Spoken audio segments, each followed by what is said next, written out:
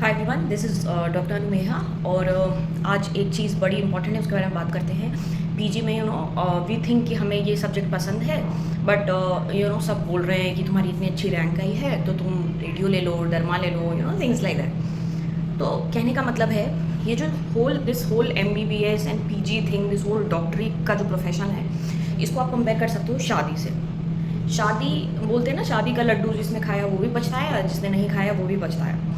तो पछताना तो हमें है ही, just take it, don't take it overly in an overly pessimistic way, just for fun, just to lighten things up.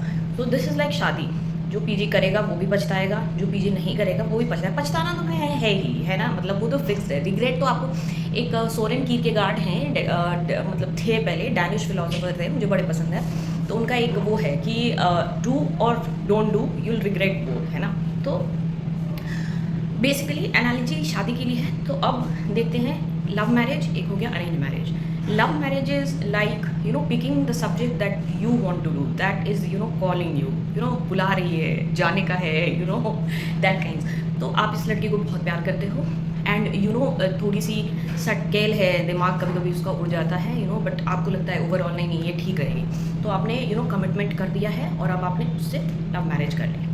अब एक पॉसिबिलिटी ये हो सकती है कि आप बहुत खुश हो, आपको लगता हो कि यार यही मेरे लिए बनी है और यही मुझे मिली है, बहुत अच्छी बात है। दूसरी पॉसिबिलिटी ये हो सकती है कि आप अपना सर पीट रहे हो, लेकिन जब आप सर पीटोगे अपना कि यार मैंने इससे क्यों शादी कर ली, तब आपके सपोर्ट में भी कोई नहीं खड़ा होगा। घर वाले भी यही बोलेंगे, तेरे को बड़ा करना था ना लव मैरिज, इसी से कर ले, अब भुगत, अब तेरी गलती है। तो the whole onus is on you. अब अरेंज मैरिज पे आते हैं। अरेंज मैरिज में क्या होता है, आजकल तो कोई उतना ज़्यादा कर नहीं रहा है, बट स्टिल एनालॉजी के लिए दे रही हूँ कि एक बहुत अच्छा रिश्ता आया है, सो एंड सो है, बहुत अच्छे पोजीशन पे है, बहुत अच्छे पैसे कमाता है या कमाती है, वॉट एवर, एंड उससे शादी करो। अब उससे शादी करोगे, आपको कुछ भी नहीं पता है उसके बारे में, आपको कोई खास पसंद भी नहीं आ रही हो, पर्सन जो भी है, पर्सनैलिटी भी आपको लग रहा है मैच नहीं हो रहा, मज़ा नहीं आ रहा, लेकिन फिर भी फैमिली बोल रही है, सब बोल रहे हैं अच्छा है कर लो, तो you just give in and आपने कर ली। अब इसकी दो पॉसिबिलिटीज़ हैं। एक तो आपकी लॉटरी लग गई कि भाई बहुत अच्छी बॉन्डिंग हो गई, बहुत अच्छी कॉम्पैटिबिलिटी हो गई, तो आप बहुत खुश हो, ये पॉसिबिलिटी हो सकती है। दूसरी पॉसिबिलिटी ये हो सकती है कि आप दिन भर सर पटको, किससे शादी कर ली, क्यों शादी कर ली, पहले डेट क्यों नहीं किया, पहले जाना क्यों नहीं। This goes for our subjects also.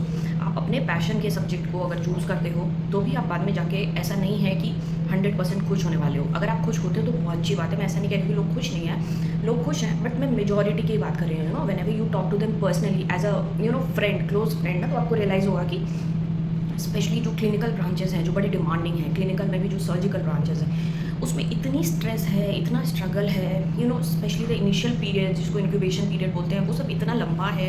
आप जब अपने रेडियो के काउंटर पार्ट्स को देखते हो, AC के रूम में चिल एकदम मस्त गाना वाना लगा के फल काट के खा रहे हैं, एंड सर्जरी वाला पागल हुए जा रहा है, ऑर्थो वाला पागल हुए जा रहा है, मेडिसिन वाला पागल हुए जा रहा है, OBG वाले तो पागल हो ही जाते हैं। तो ये चीज़ें होंगी आपको, आप मेरे से लिख के ले लो। अगर आप बहुत लकी हो तो अलग बात है, लेकिन 98% लोगों को रिग्रेट होगा, रिग्रेट होना ही है। आप मेरे से लिख के ले लो, स्पेशली अगर आप किसी डिमांडिंग ब्रांच में हो, फाइनल ईयर सब्जेक्ट्स अगर आपने ऑप्ट किया है तो आपको रिग्रेट होना ही है। अगर आप ये सोचते हो कि आपको रिग्रेट नहीं होगा तो गलत है, ये रिग्रेट होगा। देयर विल बी डेज जिस दिन आपको ऐसा लगेगा कि भाई साहब, was I in my Sen mind, कि मैंने क्यों ये उठा लिया, पागल हूँ मैं, बेवकूफ़ हूँ, मुझे किसी ने रोका क्यों नहीं। ऐसे दिन आएंगे। फर्स्ट ईयर में तो लगभग डेली ही आएगा, डेली ऐसा मन करेगा कि छोड़ छाड़ के भाग जाओ कहीं पे, but that is those things are the price you pay for your passion, for your love. आपने अब लव मैरिज कर लिया उस सब्जेक्ट से, अब आपको या तो you can focus more on the constructive side कि भाई ये मुझे सब्जेक्ट क्यों पसंद था, मैंने इसको क्यों चूज़ किया, मैं कितना लकी हूँ। आप ग्रैटिट्यूड में बदलो उसको ना, कि मैं कितना लकी हूँ कि what I wanted I got it. अब उस सीट की आपको गरिमा रखनी है, आपको इतनी मेहनत करनी है कि जब आप पीजी करके निकलो बाहर ना, तो ऐसा होना चाहिए कि वो सीट आपसे बोले कि भाई इससे बढ़िया कैंडिडेट तो मेरे पे कभी बैठा ही नहीं है।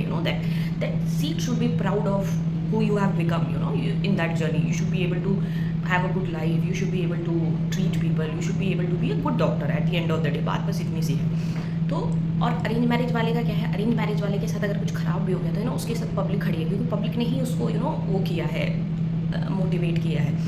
But at the end of the day आप कुछ भी करो, देखो लाइफ में पर्पस बस इतना ही है मेरे हिसाब से कि खुश रहना, लाइफ में खुश रहो। तो कुछ भी करो, दुखी तो आप होना ही हो। रेडियो वाले को दुख है कि हम पेशेंट ही नहीं देख रहे, डॉक्टर वाली फील नहीं आ रही है। सर्जरी वाले को दुख है कि AC रूम में बैठा हुआ है, मस्ती कर रहा है, थिंग्स लाइक दैट। तो वो हमेशा रहने वाला है, कुछ ना कुछ हर जगह पे नहीं, कुछ परफेक्टली नहीं मिलता है। अगर आपको परफेक्टली मिल गया है, आपके साथ वो अलाइनमेंट हो गई है, it's a good match, then you are very lucky, and you should always be grateful। और एक बार सब्जेक्ट ले लिया है तो अब बहुत ज़्यादा ग्रिप करके कोई फ़ायदा नहीं है। मैंने तो बहुत ग्रिप किया है, लेकिन कोई बहुत ज़्यादा कंस्ट्रक्टिव वे में आपको हेल्प नहीं करता है वो, it doesn't get you anywhere. तो just keep reminding yourself why you fell in love with that girl in the first place, and this may take you